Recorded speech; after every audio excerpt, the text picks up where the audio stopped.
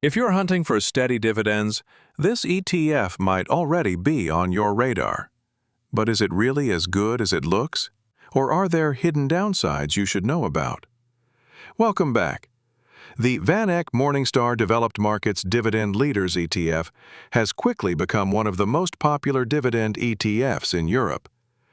Personally, I think it's a strong fund that offers a well-balanced mix of strengths. But let's be honest, no ETF is perfect, even if the drawbacks here are more like fine-tuning at a high level. In this video, I'll walk you through the key pros and cons of this ETF.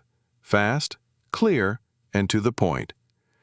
Just a quick note, this is not financial advice. Everything you're about to hear reflects only my personal opinions and experiences.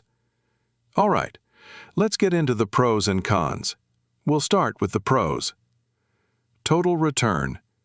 So far, this ETF has delivered an impressive total return of around 10% per year, almost keeping pace with the MSCI World. That's outstanding. Dividend yield. The average payout comes in between 4% and 5%, a solid range for a dividend-focused ETF. Dividend growth.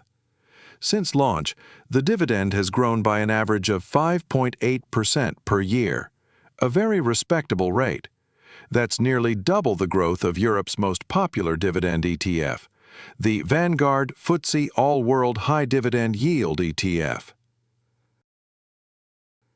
Dividend consistency. The ETF has generally delivered consistent payouts, with only moderate reductions in challenging years. Country allocation. A well-balanced mix of developed markets with a focus on Europe, rather than the usual heavy tilt toward the US. Quality companies. The portfolio is built exclusively from companies with stable, sustainable dividends. No high yielders with poor share price performance. Euro-based.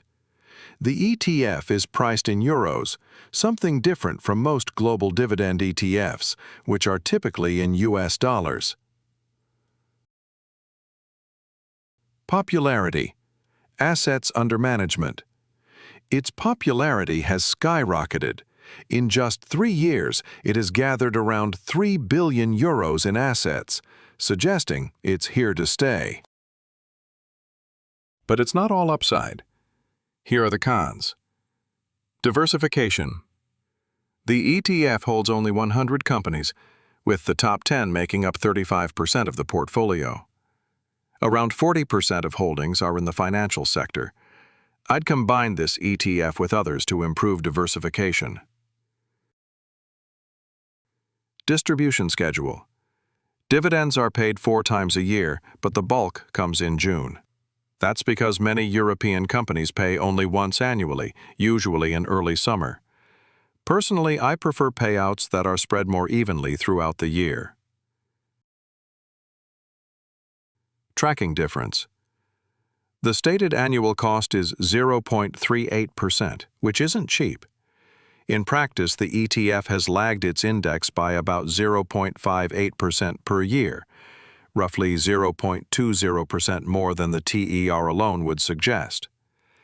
Historically, VanEck has shown a relatively high tracking difference.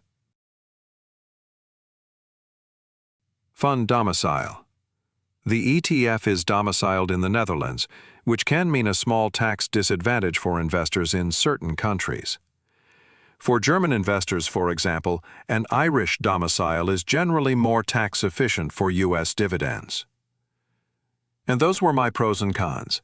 Don't forget to like and subscribe. Thanks for watching, and I'll see you next time.